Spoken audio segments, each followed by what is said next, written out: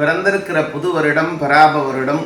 இதில் கிரகணம் உண்டா அப்படின்னு கேட்டால், பராப வருஷத்தில் ஆடி மாதம் 27ஆம் தேதி 2/8/2026 புதன்கிழமை ஒரு சூரிய கிரகணம். தை மாதம் 23ஆம் தேதி பிப்ரவரி 6, 2027 சனிக்கிழமை அன்னைக்கு ஒரு சூரிய கிரகணம்.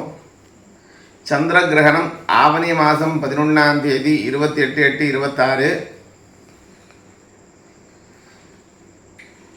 பராவருடம் மாசி மாதம் 8ஆம் தேதி. இந்த வருடத்தில் 2 சூரிய கிரகணம் 2 சந்திர கிரகணம்.